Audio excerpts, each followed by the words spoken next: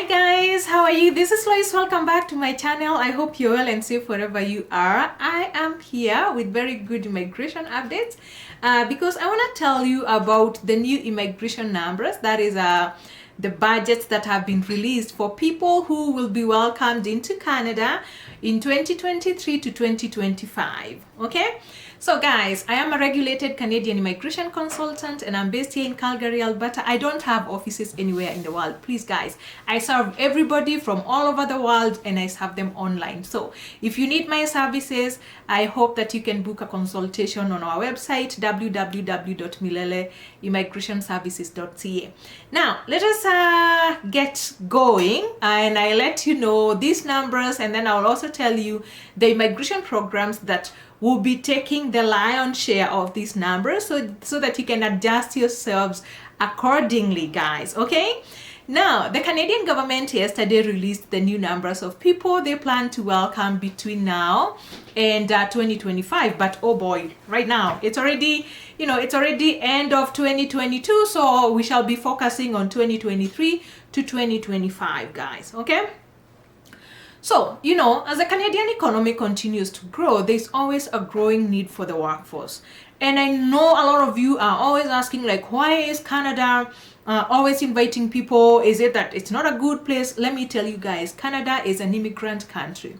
And the reason why it's always attracting people and inviting people, it's because the average Canadian home has 1.5 children. So there's an aging, there's a big aging population here in Canada, and people are not reproducing as fast as needed to be able to cater for the growing economy. That's why they have to keep bringing people, especially skilled workers, to be able to keep this economy running. Okay, and this is one of the reasons why Canada is so attractive to people, because it's being an immigrant country.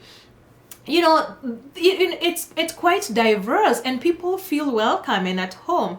And sometimes I get on consultations and people are asking, Lois, will I feel different? Will I be discriminated? I don't like saying there's no discrimination or racism, but that's not my main focus. What I like to tell people is the fact that if you board the train today to work, I am telling you, you will see a full representation of the world. People from all over from all over the world. And believe it or not, people immigrate to Canada from Europe, Asia, Africa, Australia, USA, name it. They're all coming here as immigrants. Okay, guys? Yes, so there's that feeling of, the diversity is very good here, and you kind of feel welcome, and you always find a community that you can relate to. Okay? Now, I know you're like, okay, let's give us these numbers. The new numbers, that should be very exciting for you. How about we look at what was there in 2021? Okay, in 2021, they welcomed 405,000 people. Okay, in 2022, this year that is almost ending, they will have welcomed 432,000 people. Guess what? In 2023, that number rises significantly to 465,000. We haven't had this kind of a significant rise in numbers, and I think the last huge rise was in 2021. So in 2023, we're gonna move from 432,000 to 465,000 in 2023. Guys, where are you? Anyway, in 2024, they will invite or rather welcome 485,000, and in 2025 they will welcome 500,000 people. That is the goal. That is the number that they are eyeing to keep this economy running. Okay, guys? So you can see that, it's just the other day, around 2018, when they were welcoming around 350,000 people. So you can see that growth. It's a constant growth, and it tells you that the 1 million number is not gonna be far from now. Okay, guys?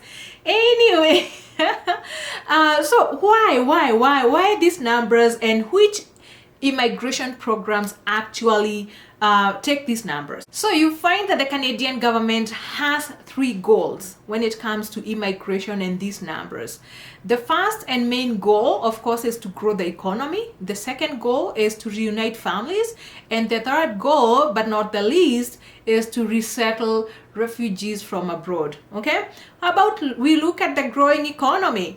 So you find that on the economic growth, this takes the lion's share of this budget. Okay, so they attract skilled workers mainly through the express entry and the provincial nomination programs. Majority of the people who immigrate to Canada, they use these 2 programs.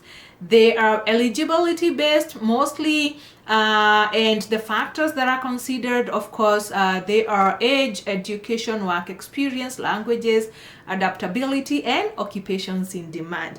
And I keep telling people, before you can apply for Canada, because competition is rising here, you do not want to waste time, and you want to come here empowered and educated, knowing which program you are eyeing, and not just eyeing, making sure that you are eyeing the right program.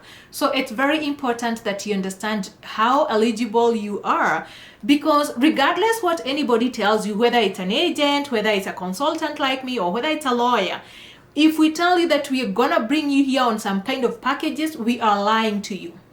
Okay, it's not what we can do for you, it's what your profile says it can do for you. So if you don't qualify, unfortunately you don't qualify. If you need help determining your eligibility as a skilled professional in either of these 2 categories, please book a consultation with me on our website www.mileleimmigrationservices.ca, and the link is going to be in the description part of this video. Okay, now how about we see the numbers that will be welcomed through the express entry and the provincial nomination programs. So in 2023, we've said that these 2 programs, of course, they take the main share. Okay, they are the priority of the government. So in 2023, express entry is going to welcome 82,880. In 2024, the express entry will welcome 109,000 people, and in 2025 they will welcome 114,000 people for the provincial nomination programs. Okay, 2023 will see 500,000 people.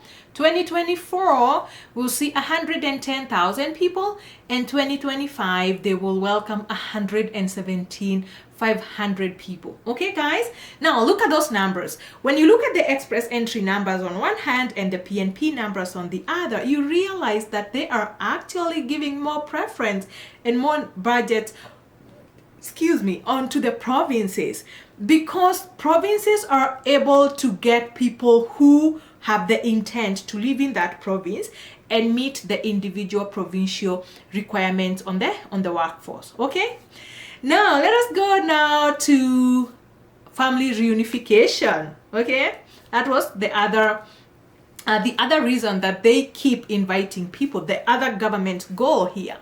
So under the family reunification, family class sponsorships form the second biggest group of people who will be welcomed into Canada. And who are these people? It's spousal sponsorships, partner sponsorships, children sponsorships, parents and grandparents sponsorships, and other family member sponsorships. Okay, I just want to note here, because I know some people do ask this question. Canada doesn't have sibling sponsorships unless they fit under special classes like Lonely Canadian, or orphan children. Okay, so we usually do not have sibling sponsorships, but then we have the spouse or the partner, the children, the parents, and the grandparents, and the special categories of other family. Okay, so in 2023, 2024, and 2025, these classes, the family class sponsorships, will see 80,000 people per year. So in 3 years, that would be 80,000 times 3. Under the parents and grandparents class, that is sponsorships, And this class is only through lottery. It's through a lottery system, not the best system out there, but at least they're able to bring parents and grandparents. And this program will be bringing about 28,000 people in 2023, and 34,000 in 2024, and 36,000 in 2025. Okay? Last but not least is the refugee and humanitarian class. And under the refugee itself, in 2023, they are planning to resettle 76,000 refugees. In 2024, a similar number of 76,000. In 2025, that number will be at 72,750. And that is for the overall refugee classes. That is either in Canada applications or abroad applications, okay? And then under the humanitarian application programs, this is the only class that has declining numbers, with 16,000 being welcomed in 2023. And that number is gonna go down to 8,000 in 2025. So my friends, where do you fall? Where are you? Where do you think you will fit in? So if you've had that Canadian dream, my friend, this is the time to stop dreaming and start acting. Do something about your dream.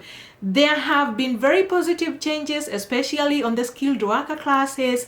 You know, when the express entry resumed in July, it resumed, and it was very discouraging because they were inviting people at 557. But guess what? Only last week, this number has come to under 500. And I think last week, they invited people at 496. I believe this is very encouraging. This is wonderful news. And actually, we may get to the pre-pandemic invitation numbers in the next few months. So guys, if you're in the pool, be encouraged. If you had given up hope, there's a time to get back into the express entry, because who knows, we may go back to the 470s like we were pre-pandemic. That is good news, guys. If you want to know how you can qualify for the express entry, please book a consultation with me. And now on the provinces, various provinces are also reducing the points for PNPs, especially those ones that are point-based. We find that now we have so many provinces which are doing recruitment, targeted recruitment to meet their labor needs. You know, provinces like Nova Scotia, provinces like New Brunswick, Manitoba, Saskatchewan, even Alberta. So so all provinces are, you know, they are inviting people that are meeting their labor needs. And the points, especially those ones that depend on the point system, the points have come considerably down. And I am telling you, we are seeing so many occupations come in demand from time to time. You know, whether it's in healthcare, whether it's in technology, even in retail, agriculture. Guys, get out there. If you want to know about this, we keep posting on these occupations in demand. And I tell people, we don't offer jobs. Like, I don't recruit. No, I don't do that.